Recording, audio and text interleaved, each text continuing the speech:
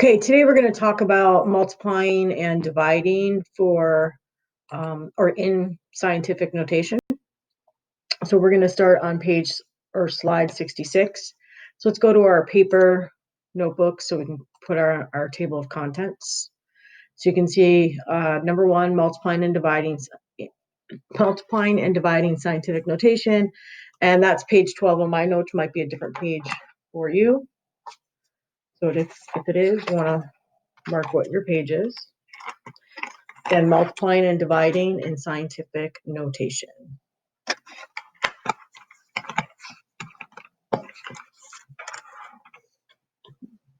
So I'm going to go ahead and go to page 12 of my notebook.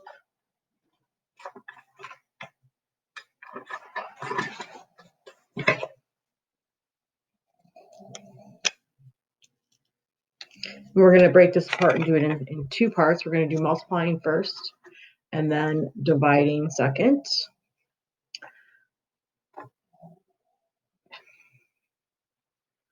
So we want to write at the top.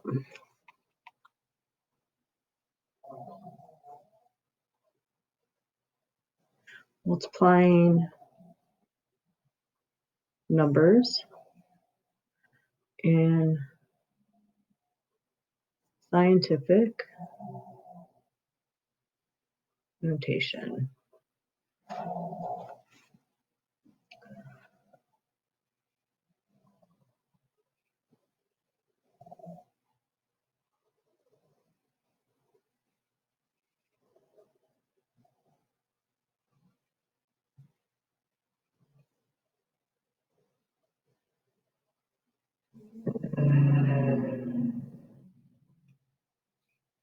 Okay, so we have the rule or step.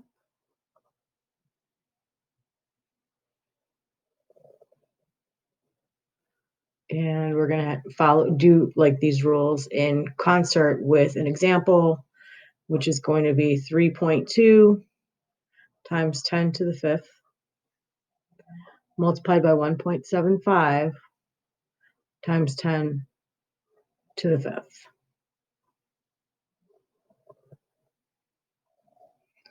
So step one,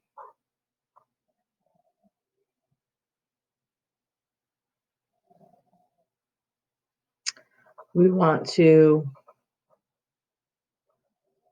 multiply the factor or coefficient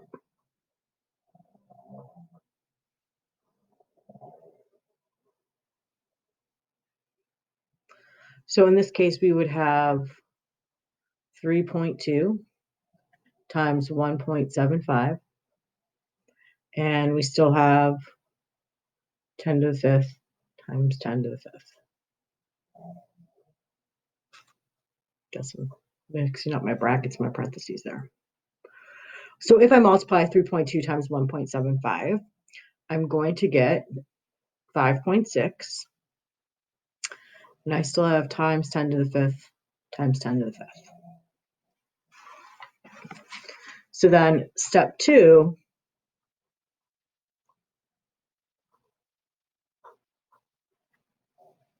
right, we've taken care of the factor coefficients up here. Step two, we have to take care of these other exponents. So using exponent laws, in this case, it's going to be the product law, which tells us to add the exponents.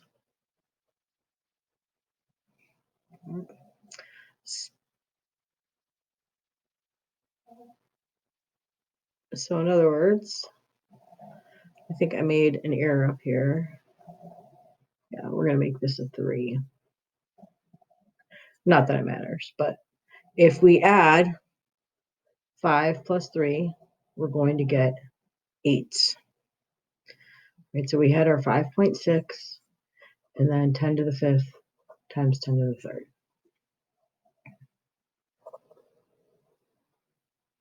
So then our answer, if we just put this back together,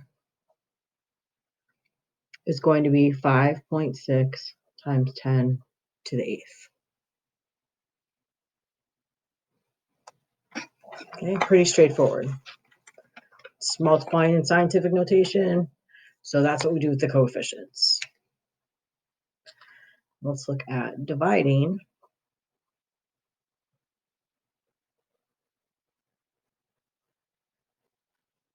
In scientific notation.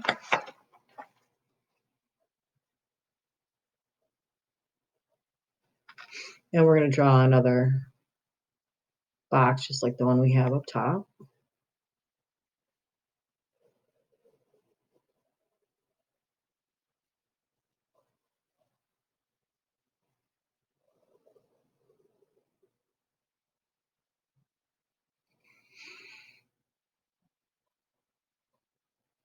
So our rule or our step.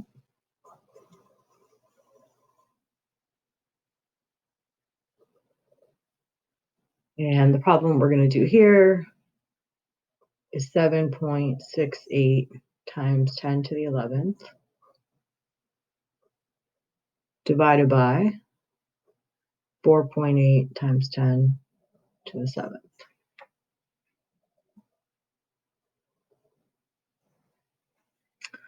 So step 1, just like above, we multiplied. Here we need to divide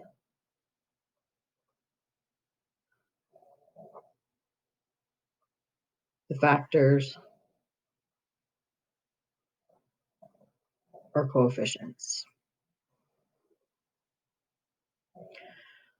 Okay, so we'd have 7.68 divided by 4.8.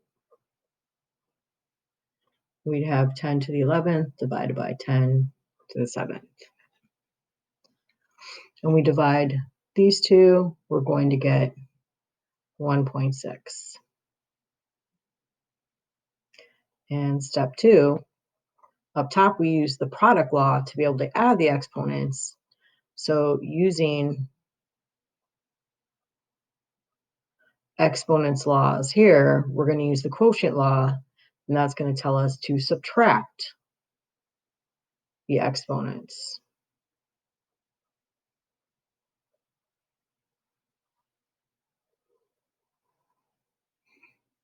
Right, so we still have our 1.6. We still had our 10 to the 11th divided by 10 to the 7th. And so 11 minus 7 will be 4. So our answer, when we put that together, is 1.6 times 10 to the 4th. Okay. Now, you may be asking yourself, what happens if, we get a number that's bigger than 10? That's pretty realistic to get if you're multiplying two numbers together, right? 5 times 2 is 10. So, 6 times 3, 9 times 2. So what's going to happen then? What would we need to do a little bit differently?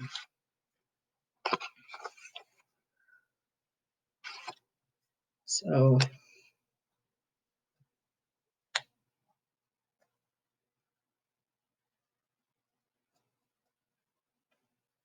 let's do another problem. So going back to multiplication, let's do 4.2 times 10 to the 4th. Let's multiply that by 3.1 times 10 to the 2nd power.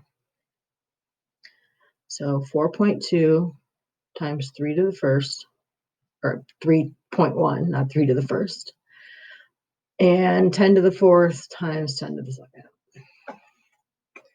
So if we calculated that, 4.2, we already know 4 times 2 is 8, so 4 times 3 is definitely going to be greater than 10. So 4.2 times 3.1 is going to give us 13.02. Right, so 13.02, 10 to the 4th, 10 to the 2nd. Still doing the product rule, so we're going to add those. So we're going to wind up with 6. But what happens now, we're not in scientific notation. So in order to make that happen, if my coefficient is too large, I'm going to need to change that, right? So I need to adjust my factor, and I'm going to wind up having to adjust my base 10. So 13.02, I'm going to have to move this 1 here. So I'm taking away 1, which means I have to add 1 over here. So this was 6 plus 1. And our final answer is wind up going to be 1.302 times 10 to the 7th. Sorry if you couldn't see that. So again, I did 4.2 times 3.1, and I got 13.02. When I added the exponents, I got 6. But 13.02 is not in scientific notation. So to put it back, I'm going to have to move my decimal 1 to the left. And when I'm converting to scientific notation, if I move to the left, that means I'm going to add a positive exponent. So I'm adding the 1 there. So my final answer is 1.302 times 10 to the 7th. So what would happen if something similar happened with division, which of course we're most likely not going to get a number greater than 10, because if you're dividing two numbers that are less than 10, but at least 1, it's going to wind up in scientific notation. So what happens if we wind up with a number that's less than 1? So let's say we have 2.4 times 10. Let's do a negative to the negative third, divided by 4 times 10 to the negative 5th power. What happens? So 2.4 divided by 4. Well, 4 going into 2, that's going to be a number that's going to be less than 1. And 10 to the negative third divided by 10 to the negative 5th. So 2.4 divided by 4, it's like having $2.40 divided among 4 people, is going to be 0.6. So 0.6, and then 10 to the negative third divided by 10 to the negative 5th. So negative 3 minus negative 5, we're going to wind up with a double negative here, so that actually winds up to be plus, and that's going to equal positive 2. But again, my number is not in standard or scientific notation, so I'm going to have to move that decimal 1 over here. So if I'm moving the decimal 1 to the right, I'm going to have to subtract 1 here, making my answer 6 times 10 to the first. Okay, so let's make a note of that down below.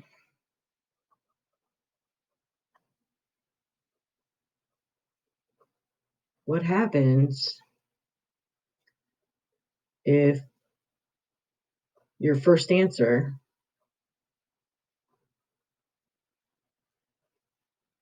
is not in scientific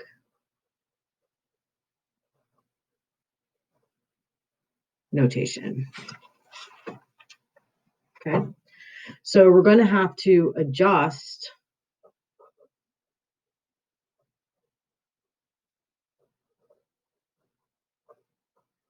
the factor, right, or coefficient, and the exponent. So what we saw up above is we saw that if factor is too large,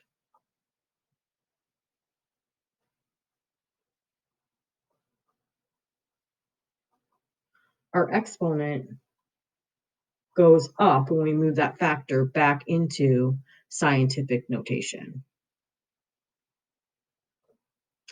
which means the opposite has to be true. The factor is too small,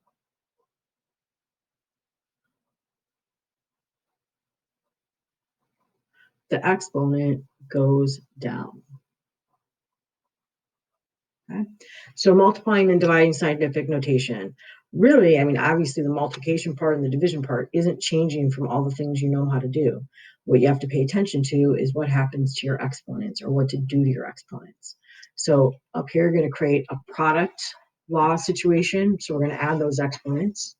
If it's too large, when we move, put back in scientific notation, however many spots we had to move, we add that on to our exponent. And down here, if we're going to divide those coefficients, and using the quotient law, we're going to subtract the numbers. And remember, you saw here, the integer rules apply. So if you're subtracting a negative, that second part becomes positive. And then if your factor is too small, that means your exponent is going to go down, which is what happened here. That's multiplying and dividing in scientific notation.